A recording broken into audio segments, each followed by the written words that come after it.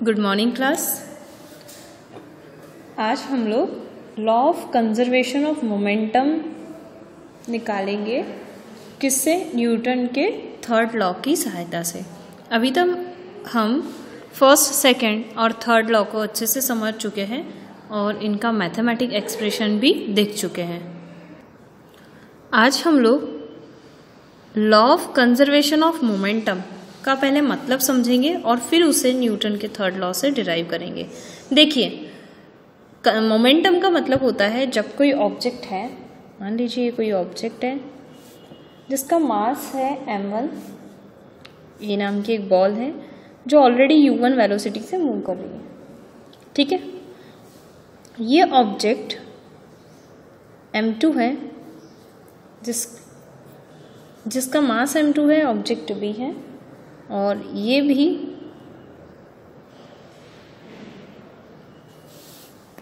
u2 velocity से move कर रही है। ठीक है, तो अब इसका मोमेंटम क्या है? इनिशियल m1, इसका p1 equal to m1 u1 है और इसका मोमेंटम क्या होता है? मास इनटू वेलोसिटी, यानी कि m2 u2 है।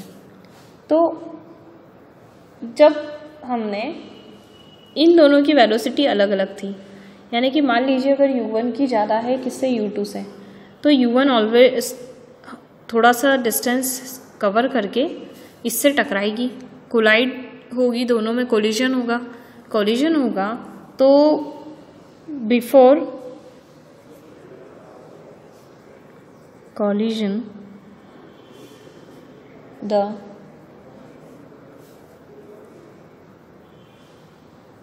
momentum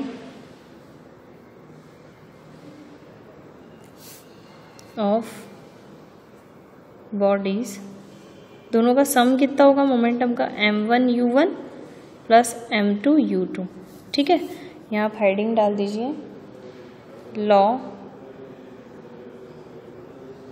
of conservation of momentum. ये आपको पहले कंजर्वेशन ऑफ मोमेंटम समझा, अब इससे हमें किससे निकालना है? From Newton's third law of motion. ठीक है, न्यूटन के थर्ड लॉ से आपको फाइंड आउट करना है। तो पहले तो मैं आपको इतना ही मतलब समझा रही हूँ कि कंजर्वेशन का मतलब होता है कि दो ऑब्जेक्ट है जिनका पहले जो मोमेंटम था, अगर इनके बीच में कोलिजन हो जाता है तो टकराने से इनकी वेलोसिटी क्या हो जाएगी? चेंज हो जाएगी। वेलोसिटी चेंज होना दैट मीन्स ये कंडीशन आना, मास तो वही रहेगा लेकिन इसकी वेलोसिटी v1 हो जाएगी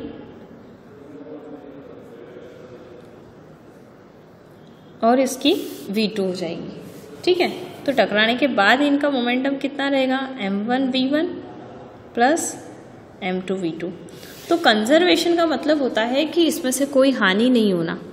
ठीक है, किसका कंजर्वेशन? मोमेंटम का, यानी कि बिफोर कोलिजन मोमेंटम जो था इन दोनों का, उनका सम करेंगे और आफ्टर कोलिजन दोनों के टकराने के कारण दोनों की जो वेलोसिटी चेंज हो गई है तो दोनों का मोमेंटम जो निकालेंगे वो आपस में इक्वल होगा। इसी चीज़ को हम बोलते हैं law of conservation of momentum. लेकिन इस कंसेप्ट की हेल्प से आपको क्या निकालना है? इस कंसेप्ट को आपको निकालना है किसकी हेल्प से? न्यूटन के थर्ड लॉ की हेल्प से। ठीक है, तो हम लिखेंगे कि by third law of motion. समझ गए आप क्वेश्चन को कि ये जो सम, ये और ये, इन दोनों का सम इक्वल होगा, ऐसा फाइंड आउट करना है क्योंकि इसी को हम कंजर्वेशन ऑफ मोमेंटम कहते हैं। पर किसकी हेल्प से करना है? थर्ड लॉ की। थर्ड लॉ क्या बोलता है? इसे समझिए, इधर सेकंड है, इधर फर्स्ट है। ठीक है, यानी कि फर्स्ट ऑब्जेक्ट से सेकंड पे लगाया गया फोर्स जो होगा वो इक्वल, मतलब ये टकराती है तो पहली ऑब्जेक्ट किस पे फोर्स लगाएगी? दूसरी। तो मैंने आपको बताया था कि जब ये इस पे टकराती है तो एट इंस्टेंट टाइम ये जो ऑब्जेक्ट है ये तुरंत इस पर वही फोर्स लगाएगी, मतलब उतना ही फोर्स जितना ये इस पर लगाएगी उतना फोर्स ये इस पर लगाएगी। तो सेकंड वाली किस पर लगा रही है? फर्स्ट पर। फर्स्ट वाली सेकंड पर लगाएगी, वो किसके बराबर होगा? सेकंड वाली फर्स्ट पर लगाएगी। दोनों आपस में जब टकराएगी तब, लेकिन दोनों की डायरेक्शन क्या होगी? अपोजिट होगी। ये इस पे लगाएगी तो ये इस पे लगाएगी। ठीक है, अब ये तो कंडीशन बनी हमारी थर्ड लॉ की। तो देखिए दोनों ही साइड जिस समय ये टकराती है तो उस समय जो फोर्स लगेगा वो डेल टी है। तो मैं यहाँ पर F21 में डेल टी का मल्टीप्लाई कर दूँ और F12 में भी डेल टी का मल्टीप्लाई कर दिया, क्योंकि मुझे थर्ड लॉ से किस पे जाना है? मोमेंटम पे जाना है। और न्यूटन का सेकंड लॉ बोलता है कि जो फोर्स आप लगा रहे हो वो चेंज इन मोमेंटम, मोमेंटम में जो चेंज आता है rate of change of momentum के इक्वल होता है। ठीक है, तो धीरे धीरे मैं इस क्वेश्चन को यहाँ ले जा रही हूँ कि देखिए F इंटू डेल टी तो ये निकल गया, इसका मल्टीप्लाई अगर यहाँ कर देंगे तो F इंटू डेल टी निकल गया। तो ये किसके इक्वल है? डेल एम के। तो अब डेल एम के बारे में डिस्कस करते हैं, यानी कि F21 डॉट डेल टी किसके बराबर होगा? मोमेंटम के चेंज के। तो हम यहाँ लिखेंगे चेंज इन मोमेंटम। किसका मोमेंटम? Of B. बी के मोमेंटम के चेंज के बराबर होगा। ठीक है, क्योंकि यहाँ पर किसका मोमेंटम? पहली वाली दूसरी पर टकरा रही है ना, पहली वाली दूसरी पर फोर्स लगा रही है, यानी ये वाली इस पे फोर्स लगा रही है, तो इसका मोमेंटम चेंज होगा। ठीक, और F21 मतलब इसको हम मैथमेटिकल फॉर्म में लिखेंगे तो vector F dot del T किसके बराबर होगा? M2। अब बी वाली का चेंज हो रहा है तो बी वाली का मोमेंटम चेंज कैसे लिखेंगे? M2 vector V2 minus M2 U2, यानी इसका बाद वाला मोमेंटम माइनस पहले वाला मोमेंटम, उसी को हम लिखेंगे चेंज इन मोमेंटम। ठीक, उसी तरह F12 यानी कि दूसरी वाली पहली पर फोर्स लगाएगी तो मोमेंटम किसका चेंज होगा? पहली वाली का, क्योंकि दूसरी तो फोर्स लगा रही है ना पहली पर, तो पहली का मोमेंटम चेंज होगा। तो चेंज इन मोमेंटम किसका? पहली वाली का। पहली वाली का मोमेंटम क्या कहलाएगा? M1V1 minus M1U1। ठीक है, ये आपकी इक्वेशन नंबर, इसे आप फर्स्ट नाम दे दीजिए, दोनों की कंडीशन, ये सेकंड और ये थर्ड हो जाएगी। ठीक है, अब फ्रॉम इक्वेशन फर्स्ट क्या है? F21 dot del T equal to minus F12 dot del T. इस इक्वेशन में इन दोनों की वैल्यू रखेंगे, तो यहाँ पर हम रखेंगे ये value M2V2 minus M2U2, M1V1, ये माइनस बाहर रहेगा, अंदर M1U1। ठीक है, M2V2 minus M2U2 minus M1V1 plus M1U1।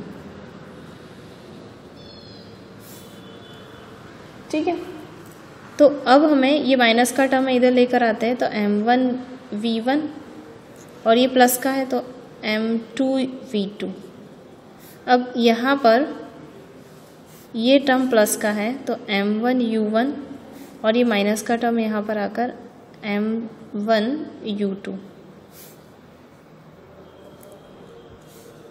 यहाँ पर M1V1 माइनस माइनस प्लस और M1V1, M2V2, M1U1 और M2U2।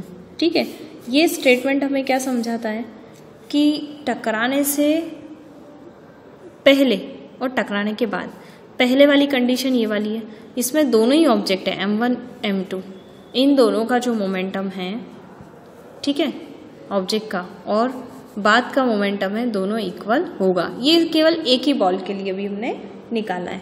ठीक है, तो ऐसा ही अगर हम सेकंड दोनों बॉल के लिए अगर निकालते हैं, जैसे कि ये M1 है यानी पहली बॉल,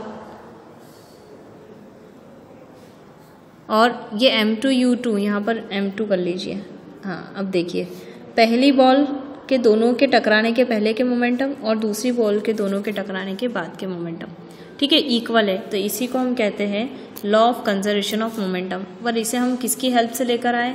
न्यूटन के थर्ड लॉ की हेल्प से, क्योंकि आपको क्वेश्चन में ये दिया है कि derive law of conservation of momentum from the third law of motion, ठीक है। लेकिन अगर इस क्वेश्चन को उल्टा कर देते, दैट मीन्स यहाँ पर अगर आपसे कहा जाए कि derive Newton's third law of motion from the law of conservation of momentum, ठीक है। अगर आप न्यूटन के थर्ड लॉ को डिराइव करेंगे किसकी हेल्प से? Law of conservation of momentum की। तो इसमें आपको थोड़ी सी थ्योरी क्या नोट करना है कि मान लीजिए कि किसी ऑब्जेक्ट का जो पहली, जैसे ये थर्ड कंजर्वेशन ऑफ मोमेंटम है, तो हम ये मान लेते हैं कि पहली ऑब्जेक्ट और दूसरी ऑब्जेक्ट अपनी अपनी वेलोसिटी और अपने अपने मास के साथ मूव कर रही है।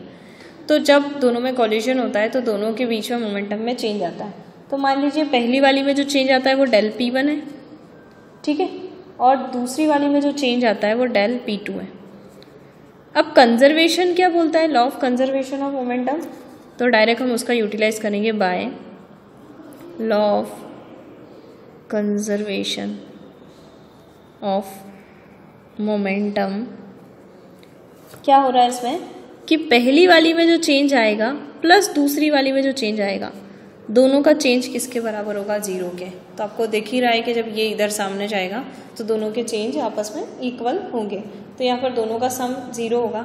अब हमें यहाँ पर डिवाइडिंग t से डिवाइड करना है, तो del P1 upon del T plus del P2 upon del T। ऐसा क्यों कर रहे हैं? वहाँ पर हमने मल्टीप्लाई किया था क्योंकि हमें पता है कि मोमेंटम और फोर्स का रिलेशन होता है न्यूटन का सेकेंड लॉ से। तो इसलिए डेल T से मल्टीप्लाई करके इसको ये पूरे वैल्यू मोमेंटम में चेंज के इक्वल हो गई थी। और यहाँ पर मोमेंटम चेंज ऑलरेडी दे रखा है, इससे मैं किस पे आना है? फोर्स पे आना है, क्योंकि थर्ड लॉ लाना है। थर्ड लॉ में हमें फोर्स को दिखाना है। फोर्स को दिखाने के लिए हम क्या करेंगे? डेल T से डिवाइड करेंगे। अब ये चीज़ तो हमारे फॉर्मूले में है ना, न्यूटन का सेकेंड लॉ है, ठीक है। क्या बोलता है न्यूटन का सेकेंड लॉ? कि जो F होता है वो del P upon del T के बराबर होता है, ठीक है। तो यहाँ पर किसका मोमेंटम चेंज हो रहा है? पहली का चेंज हो रहा है। पहली का चेंज होना मतलब फोर्स दूसरी लगा रही होगी, ठीक है। तो F12 यानी दूसरी जब पहली पे फोर्स लगाएगी तब पहली का मोमेंटम चेंज होगा। और जब दूसरी का चेंज हो रहा है, del P2 by del T लिखा है, इसका मतलब है कि दूसरी का चेंज हो रहा है मतलब पहली वाली दूसरी पर फोर्स लगा रही होगी, ठीक है, तब दूसरी का मोमेंटम चेंज हो रहा है। तो यहाँ पर दोनों की वैल्यू हमने पुट कर दी। तो डेल P1 मतलब del P1 bye del T की जगह हमने रख दिया F, ये वेक्टर है तो यहाँ पर हमें इस पर भी वेक्टर लगाना है, F12 plus F21 equal to 0। तो F12 किसके इक्वल होगा? माइनस, क्योंकि यही हमारा न्यूटन का थर्ड लॉ है कि एक्शन की रिएक्शन होती है पर दोनों की डायरेक्शन अपोजिट होती है, ठीक है। तो ये थोड़ा सा छोटा और सिंपल डेरिवेशन था। इसके बाद है आपका लॉ ऑफ ये प्रिंसिपल है रॉकेट प्रपल्जन का। तो ये कंजर्वेशन ऑफ मोमेंटम का 2 टॉपिक है। एक तो थ्योरी क्वेश्चन है जो हमने इसी में कवर कर लिया कि ऑब्जेक्ट का मास और वेलोसिटी का प्रोडक्ट करते हैं बिफोर कॉलिजन और आफ्टर कॉलिजन दोनों सेम आता है। इसी को हम law of conservation of momentum कहते हैं, ठीक है। मतलब कहीं से कहीं तक कोई लॉस नहीं होता। तो इसमें 2 डेरिवेशन हमारे कंप्लीट हो चुके हैं, बाकी most of the theory questions है। तो एक डेरिवेशन और बाकी है, देन हम लोग इसके सेकेंड पार्ट फ्रिक्शन को देखेंगे, ठीक है। फ्रिक्शन के बारे में डिस्कस करेंगे और उसके न्यूमेरिकल उसके डेरिवेशन करेंगे। आज के लिए इतना ही, थैंक यू।